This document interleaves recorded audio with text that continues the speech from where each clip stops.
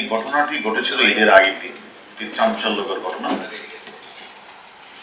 যে গত রমজান মাসে আমরা ভালোই আইন শৃঙ্খলা রক্ষায় ভালো কাজ আমরা করতে পেরেছিলাম। হঠাৎ করে ঈদের আগের দিন যখন ছুটিতে সবাই ঢাকার বাইরে চলে যায়, ঠিক সেই মুহূর্তে ঈদের আগের দিন 10 তারিখ ভোর 5টায় আপনারা জানেন, আপনারা অনেক নিউজ করেছিলেন যে মধুমতি ব্যাংকের যে এটিএম বুথের কর্তব্যরত সিকিউরিটি গার্ড তাকে অজ্ঞাতনামা আসামিরা নৃশংসভাবে কুপিয়ে হত্যা করে তারা চলে যায়। এবং ঘটনাটা যখন জাতীয় ইলেকট্রনিক এবং প্রিন্ট মিডিয়া ফলোভাবে প্রচারিত হয়েছিল এবং উক্ত মামলার মূল ঘটনা উদ্ঘাটনের জন্য থানা পুলিশ, অন্যান্য সংস্থা এবং আমাদের ডিবি গুলশান বিভাগও সাহায্য শুরু করে, আমরা এইগুলি তথ্য প্রযুক্তি, সিসিটিভি ফুটেজ, আসামির ব্যবহৃত মোবাইল, পোশাক, পরিচয়, বিভিন্ন তথ্য আমরা বিচার বিশ্লেষণ করে এটা আমরা তারপরে তার সম্পর্কে আমরা খোঁজখবর পাই, তাকে আমরা গ্রেফতার করেছি।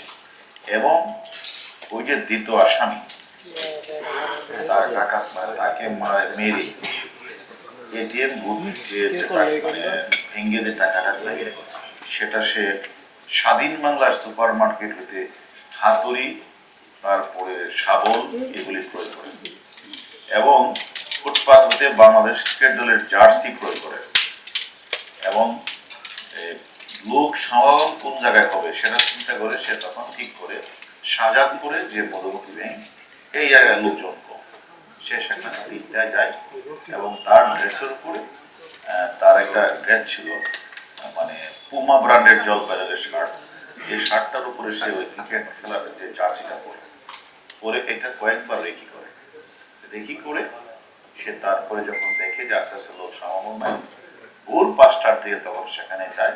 সেখানে গিয়ে তখন প্রথম তারা ওই যে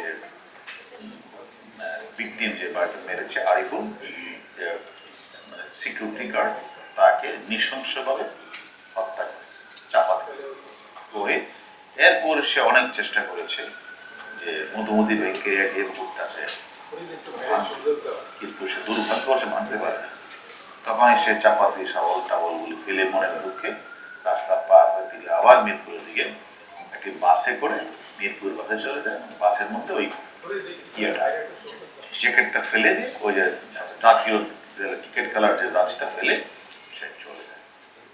আমরা সেটা আমাদের ডিবি গুলশান বিভাগ তদন্ত করতে গিয়ে যে মডাস অফ ঘটনাটা ছিল, এটা ছিল সে তাকে আমরা জিজ্ঞাসাবাদ করলাম তুমি কেন রাতের বেলায়, তখন সে বলল যে 10 থেকে 12 বছর যাবৎ সে বিভিন্ন অফিসে বাসা বাড়িতে আসবাবপত্র পরিবহন আনা নেওয়ার কাজ করত, কিন্তু এতে তার পোষায় না। তারপর তার এক বন্ধুকে বলতে দিল তো ওই বিভিন্ন জায়গায় ইট, বালু, রড এগুলি সব এত টাকা। তখন সেই ব্যবসাটা করতে গিয়ে কিছু জায়গা থেকে লোন করে সে 10-15 টাকা লোন করেও সে এখানে লস খাওয়ার পরে তার উপায় না দেখে তখন সে পরিবার থেকে বিচ্ছিন্ন হয়েছে। মিরপুরের বিভিন্ন জায়গায় তিনি কিডনি বিক্রি করবে, একটা 10-12 লাখ টাকা কিডনি বিক্রি করবে। সে একটা মানে বিভিন্নভাবে সবাইকে সে প্রচার করেছে, দেখা ওইটা যে সে একটা জরুরি কিডনি বিক্রি করে রক্তের উপরে অনেক টেনশন করলেন, কিন্তু দুর্ভাগ্য এটা তার কিডনিটাকেও কিনলেন না।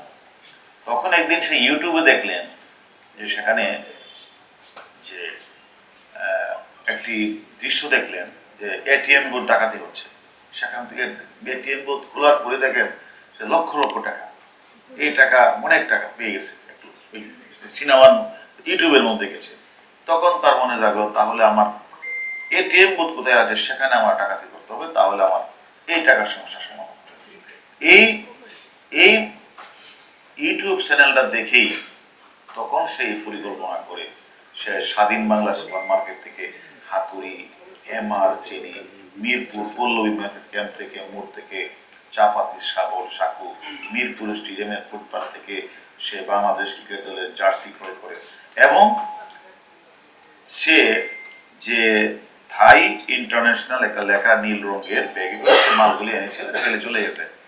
এবং সে যেদিন ডাকাতি করাকালীন সময় উনি যে পুমা ব্র্যান্ডের জলপাই রঙের যে শার্টটা পরিধান করেছিল, যে প্যান্টটা পরিধান করেছিল, তাকে 4 দিন পরে যখন আমরা গ্রেপ্তার করলাম, তার ওই শার্টটা ওই প্যান্টটাই ছিল।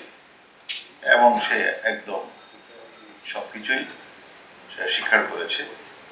এবং আমরা মনে করি এটা একটা এটিএম ভোট লুট করার উদ্দেশ্যে যে অত্যন্ত প্রাথমিক কায়দায় নির্মমভাবে এই সিকিউরিটি গার্ডকে সে হত্যা করেছে।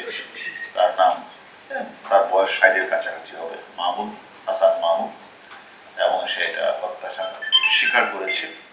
এবং আমি মনে করি এই ঘটনাটার সাথে যে যে আলামতগুলি ছিল,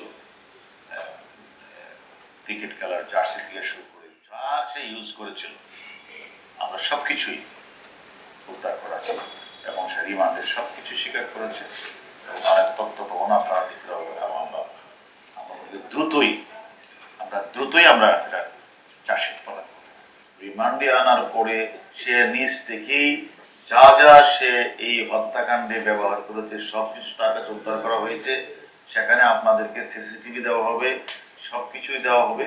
এবং আমরা তো এটাও বললাম যে এটা একটা মানে হত্যাকাণ্ড, এবং সেখানে সে একদম মানে পরিষ্কারভাবে যা বলেছে, কয়টার সময় ঘটনাস্থলে গিয়েছে, কয়টার সময় বাস থেকে নেমেছে, আমাদের ক্যামেরা এবং তার জবানবন্দি, তার ড্রেস, তার যে কিডনি বেচার যে তার বিজ্ঞপ্তি, সব কিছুই কিন্তু সে আমাদের কাছে স্বতঃস্ফূর্তভাবে স্বীকার করেছে। তবে সে ভূত ভাঙ্গার অনেক চেষ্টা করেছে। সে শুধু বলল ইউটিউবে যে দেখলাম নাটকটা, সেখানে ডাকাতরা ভূতটা ভেঙে ফেলতে পেরেছে, আমি ভাবতে পারি না, আমি টাকাটা পাই। আমরা পুলিশ, সাংবাদিক, দুদক, সবাইকে তো মানুষ ভয় পায়। এখন আমরা যখন কারো পক্ষ থাকি, সে মানুষগুলি কিন্তু তারা কিন্তু সাহস করে যে কোনো কাজ করে। এখন আমার কথা হলো যে আপনারা যে প্রশ্নটা করেছেন, এই যে মানে সিস্টেম অ্যানালিস্ট প্রধান আসামি যে গ্রেপ্তার করলাম, সে 160 করে যা যা বলেছেন আমরা অনেক কিছু শুনেছেন। এখন আমরা মনে করি যে এখানে যাদের নামে এসেছি তাদেরকে প্রত্যেককে আমরা পর্যায়ক্রমে ডাকবো। আগে আমাদেরকে একটু বোর্ডের যে সাবেক চেয়ারম্যান, যিনি তাকে গতকাল ওইটি করা হয়েছে, আপনারাই বললেন, তাকে আমরা আগামীকাল ডাকবো। তার সাথে কথা বলার পরে তারপরে আরো যারা আছে তাদের নাম এসেছে, তাদের আমরা ডাকবো, তাদের সাথে কথা বলবো। আমরা মনে করি সকলের সাথে কথা বলে তথ্যপত্র বিশ্লেষণ করি আমরা আমাদের মামলাটা শেষ করি। আমরা তদন্তটা করি, আমরা জিজ্ঞাসাবাদ করি, আমাদের উনি যে 160 করে সেটাও আমরা বিচার বিশ্লেষণ করি, সবকিছু মিলে পরে আমরা যাবো।